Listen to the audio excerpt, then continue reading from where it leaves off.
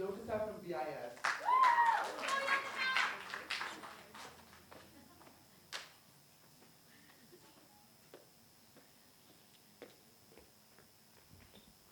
Good morning. So my name's Yogitha and I'll be performing Fingers.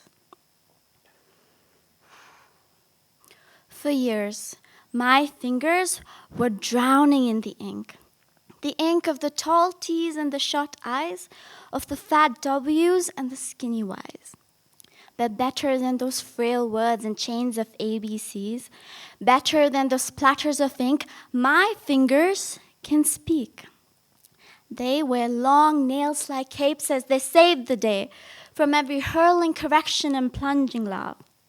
They pronounce each word through the bends and curves of their shape, no two being the same. They told me there's nothing wrong with being yourself. My fingers can speak. When I'm a balloon with too much water just waiting to burst and all that consumes my brain is the whirlpools in the loo, waltzing into the rabbit hole beneath. But this grave silence in this room is like a funeral suspended over us. The next heard sound of this hole is a step closer to me being Alice. That's when I'm too scared to speak. My finger will for me. They told me, don't hold in anything for too long. My fingers can speak. When I'm tired of all those heartbreaks I've never found a cure of, when I'm tired of all those happily ever afters, bottle-fed, morning, evening, night that I never learned how to chew the hard reality. My finger told me that one day I will learn to teeth. They told me these gaps are meant for another to fill. My fingers can speak.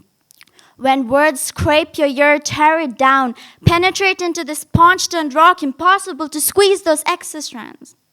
When these thoughts numb your voice, words clawing the cliff of your tongue, refusing to fall, my finger will stand.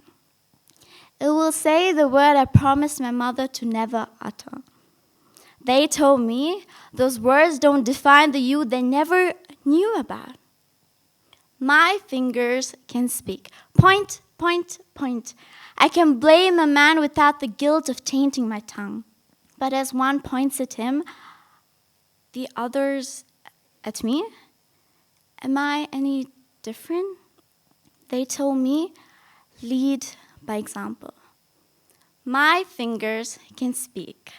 Once I saw a man across the street, shouted by his boss, but a word out his throat would paralyze his source of living. But later, those rotting words were shouted back down as it translated into a dance of the fingers upon the piano by the shop. The signal turned red, and the deafening hongs of the metallic bulls smothered the words I wished to say. So I gave him a finger to lighten up. My fingers can say what the words can't. My fingers can speak. Because in this world, sometimes we're all just so blind. Everyone's so caught up in their lives they forget to look up and see. They forget what it feels like to care, to cherish, to embrace. What it feels like to be keen, to find the untold side of our stories that we quietly hide behind our palms.